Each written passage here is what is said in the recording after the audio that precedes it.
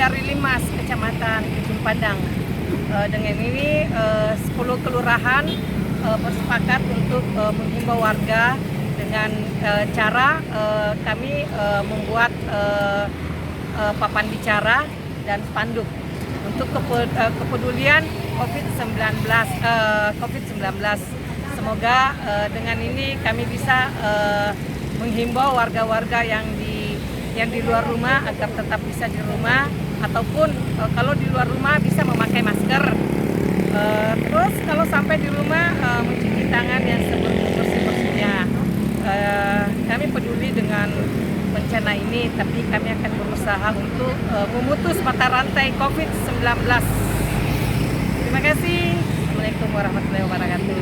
Kami dari Limas, Kecamatan Ujung Pandang, semangat untuk memutus mata rantai COVID-19.